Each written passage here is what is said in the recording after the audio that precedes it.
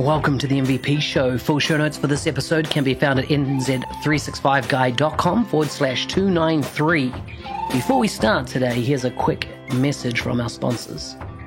Today's show is brought to you by the 90-Day Mentoring Challenge.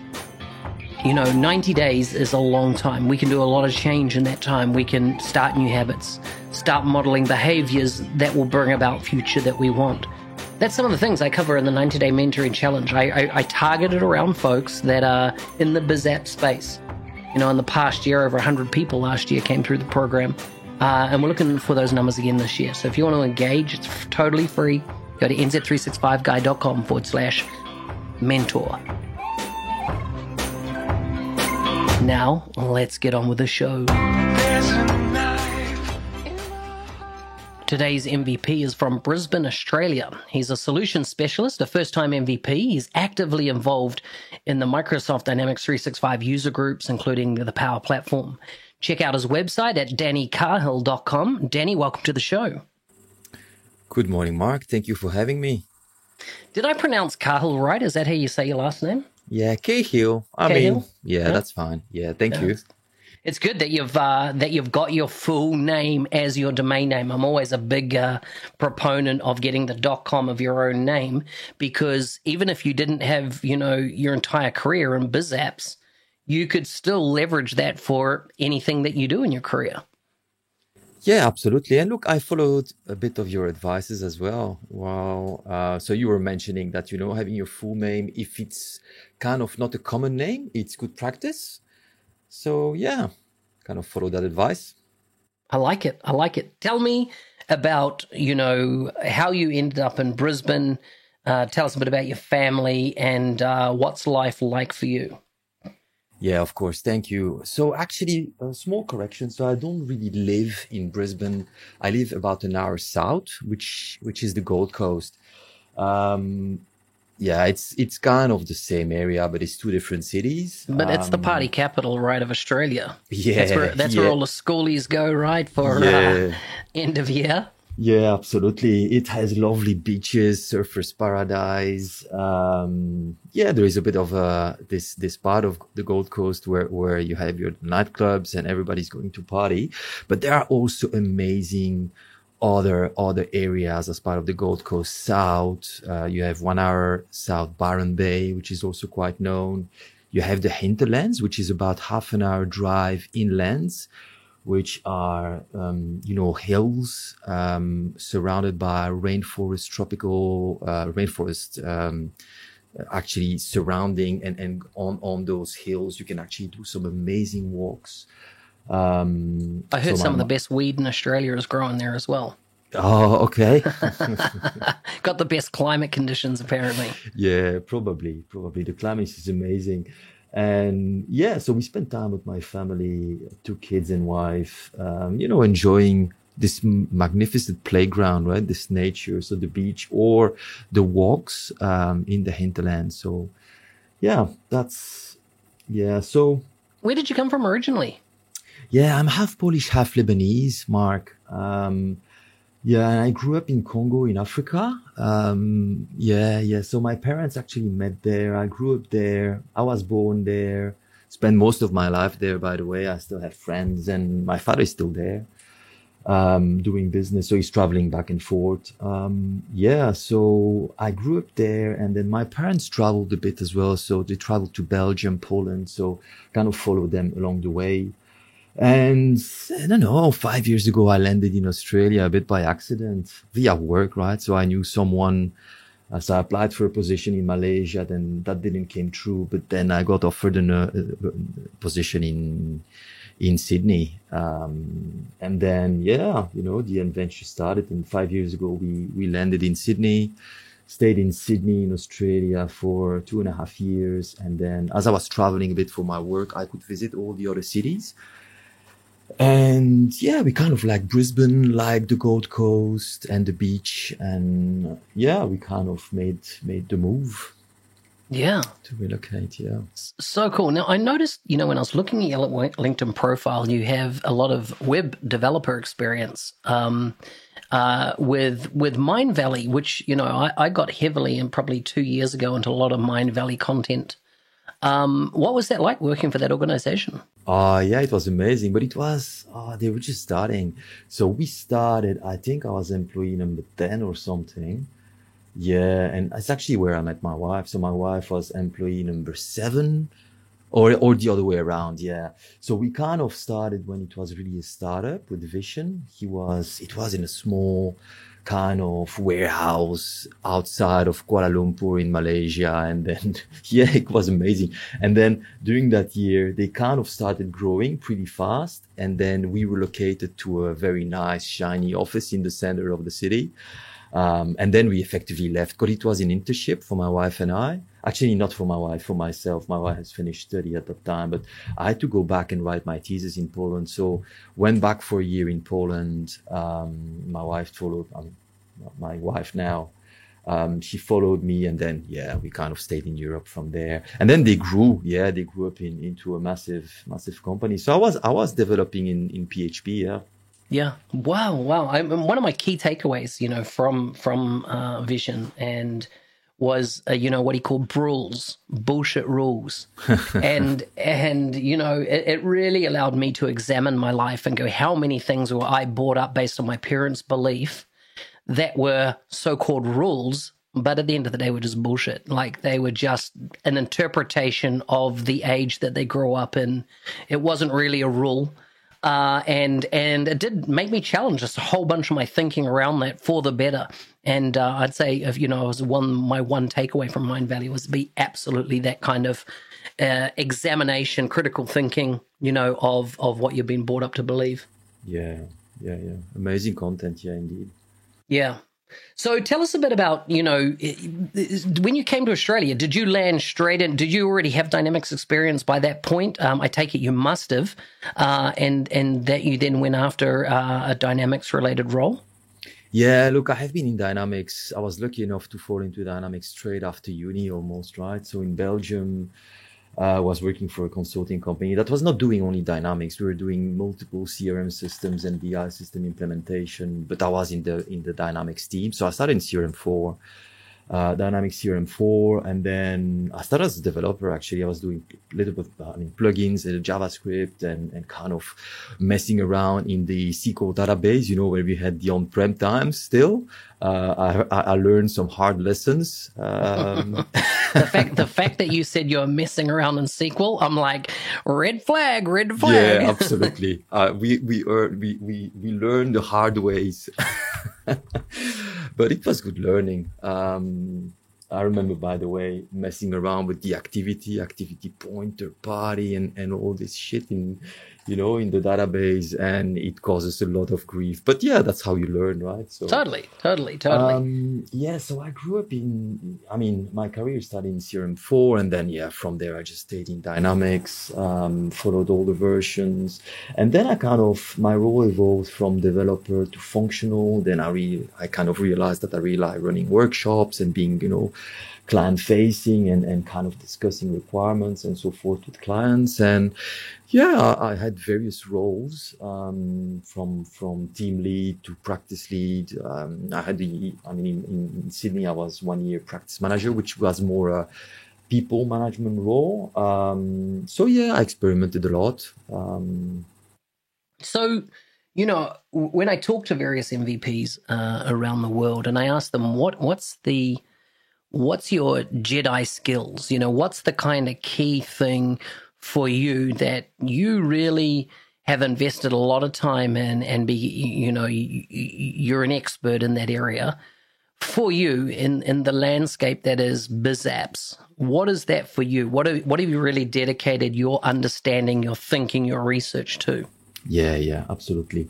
Look, and it took me a bit of time to kind of find that, right? I had to kind of self-reflect quite a bit to really find what really passionates me and drives me to kind of wake up in the morning and be excited about it. And I realized that, what really excites me in Dynamics is and the Power Platform is really working with clients on understanding their requirements, and kind of helping them envision kind of beautiful and simple solutions, because you can always envision and drive them to complex, solutions that are difficult then to manage and so forth. I really try to challenge a lot clients to stay as simple as possible.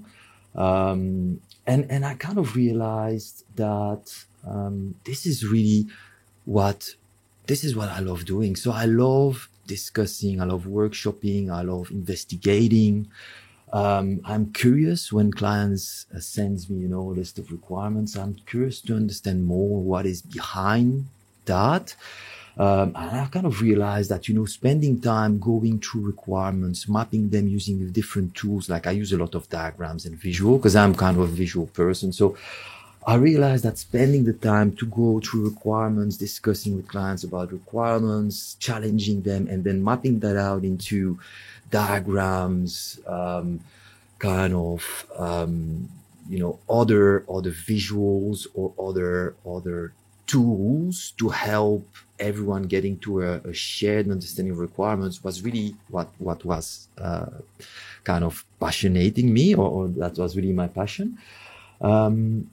So yeah, I would say that's probably the skill where I want to specialize, and I specialize most. So there's various techniques on how to, gather requirements, elicit requirements, challenge requirements, and then document them in a way that everyone get that shared understanding of these requirements, everyone, where we want to go. Because, I found the worst way of describing requirements is using effectively words, right? Because words, everyone understands words differently, right? Everybody has a different assumption, and words mean some different things to different people, right? So what I try to do is taking those words requirements, or those description of requirements, and then translating them into, like I said, different diagrams. I use shadowing sessions. I use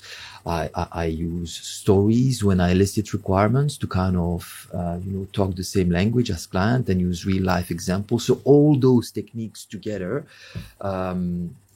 kind of drive that shared understanding of requirements. So this is really where I specialize in. Yeah. Mark? Yeah.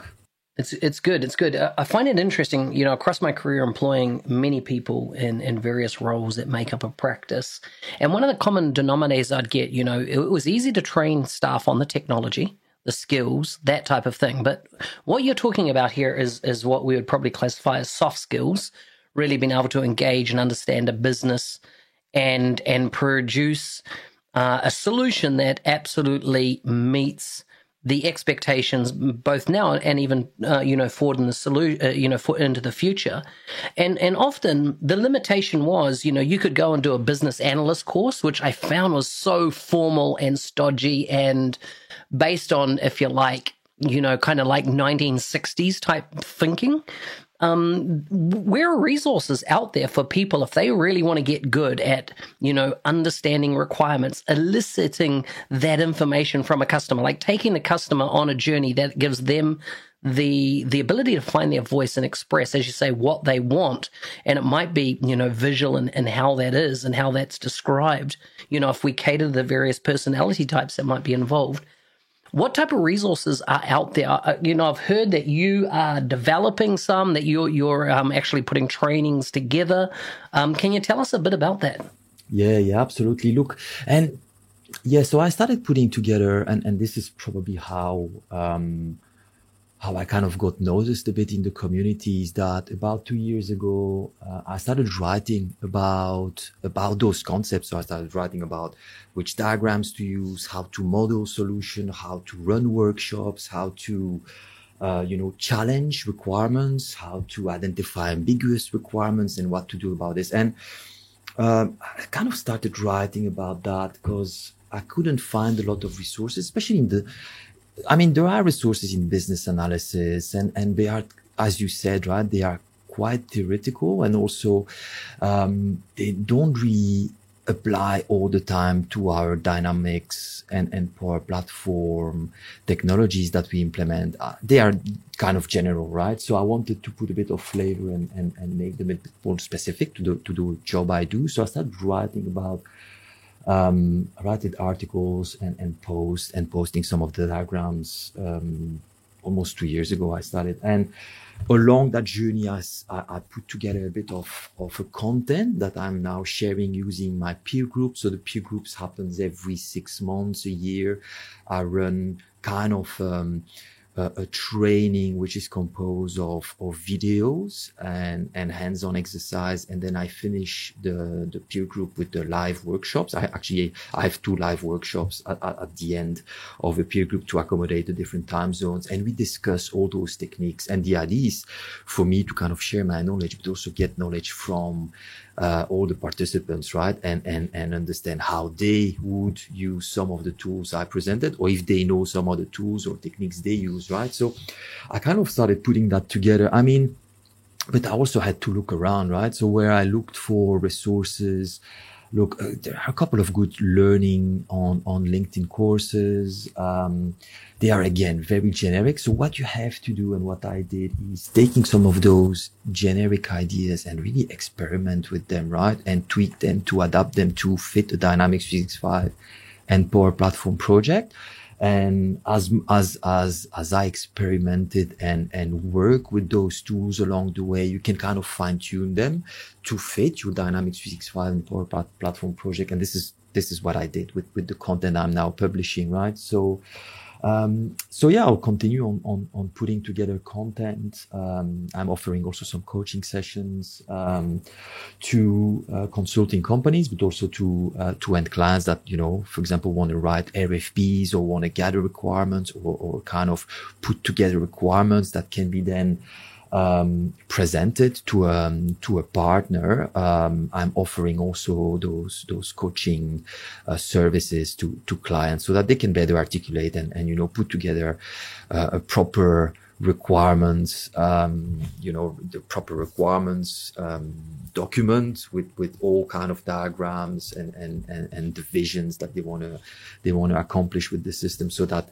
a partner can, you know, in an easier way help them implement Dynamics 365 or the Power Platform, or if they wanted to implement it themselves, at least they have a good base to start, right? So that's really where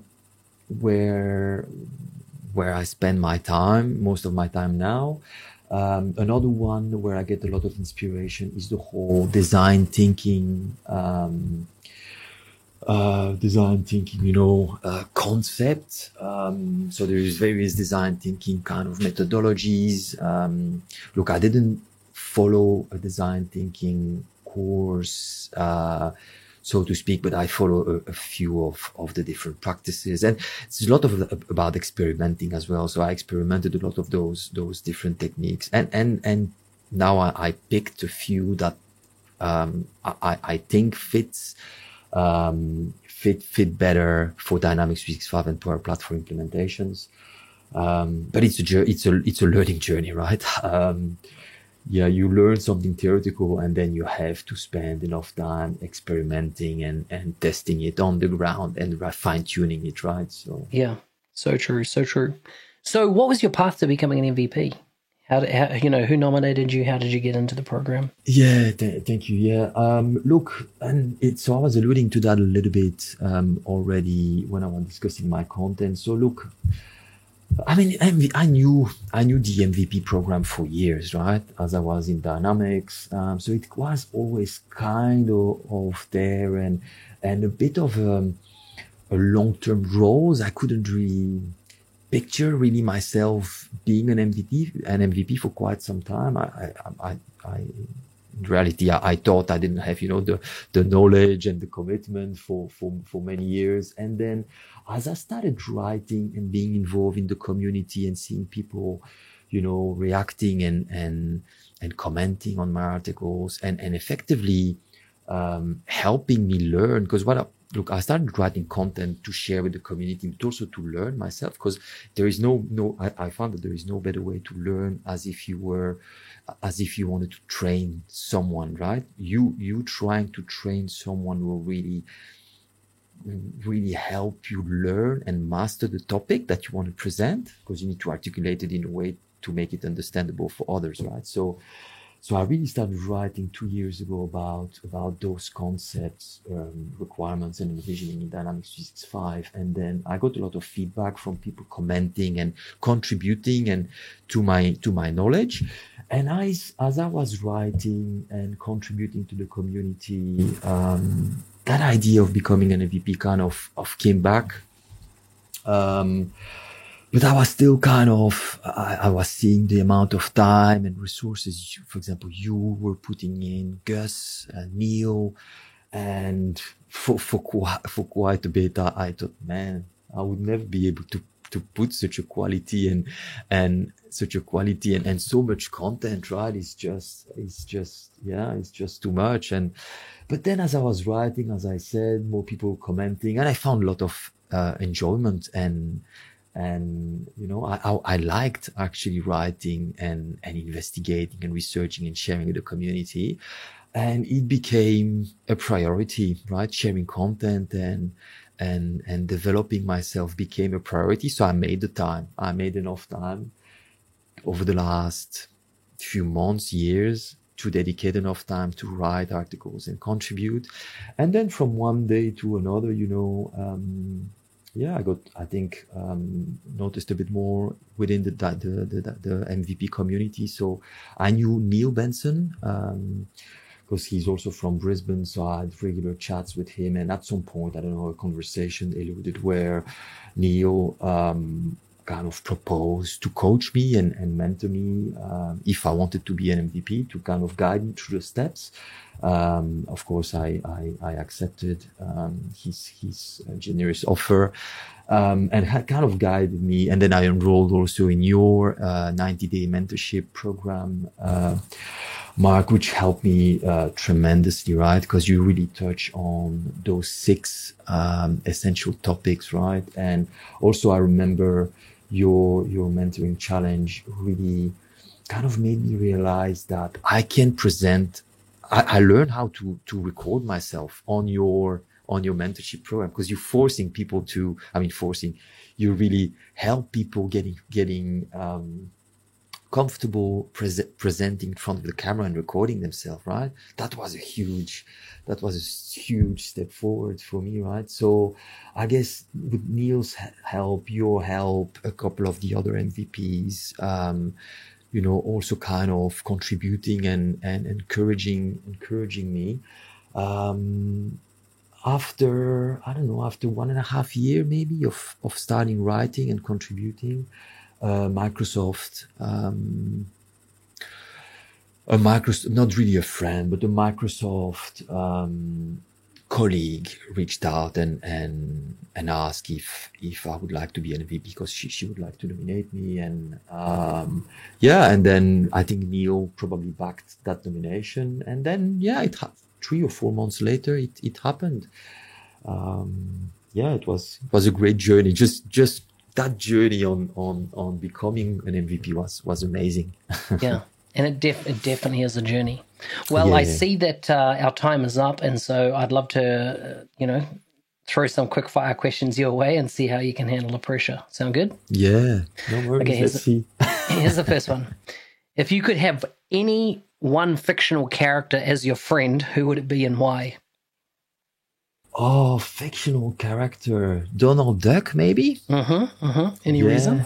Yeah, because he's kind of funny by being silly, I like it. If you could create one holiday, what would you create it for? Oh, just spend time on 5 days, just going on my own to self-reflect. Nice. I like it. Would you rather be gossiped about or never talked about at all? Gossiped about. Nice. Same here. What's the best gift you've ever received? The best gift. I got a pair of, they don't work anymore, unfortunately, but I got a pair of earplugs, where you can hear music and podcasts, to go in the water. So I could actually swim while listening to, podcasts and self-development courses, which were really amazing. They broke a few weeks ago, so I need to buy some new ones. What do you believe in despite having no evidence? Oh, that's there is something bigger than we are, than humanity. That there is an energy floating around. That we can, for example, communicate with each other without words, and being apart, in different countries even. That there is something extra. I like it. Final question, what's your most powerful and vivid memory? Oh, my memories. I guess, moving to Australia was a big, I guess this one, just the move, and probably because I was self-reflecting through your podcast on, my journey. Moving to Australia was definitely a big one. Everything was so different and so new. And that whole memory of the move, it's very vivid still in my memory. Awesome. I like it. Danny, it's been great to have you on the show. We're going to make sure in the show notes we put links to the various training resources you talked about. And of course, I encourage anybody, if you really, see your career is involved in engaging with the clients, really building solutions that meet their needs, take a look at what Danny's doing there. Maybe get involved with those sessions. It could be well worth, getting trained to develop your skills in that space.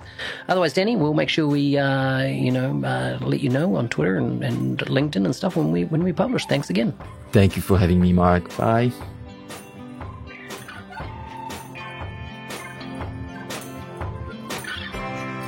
Hey, thanks for listening. I'm your host, Business Application MVP Mark Smith, also known as the NZ365 guy.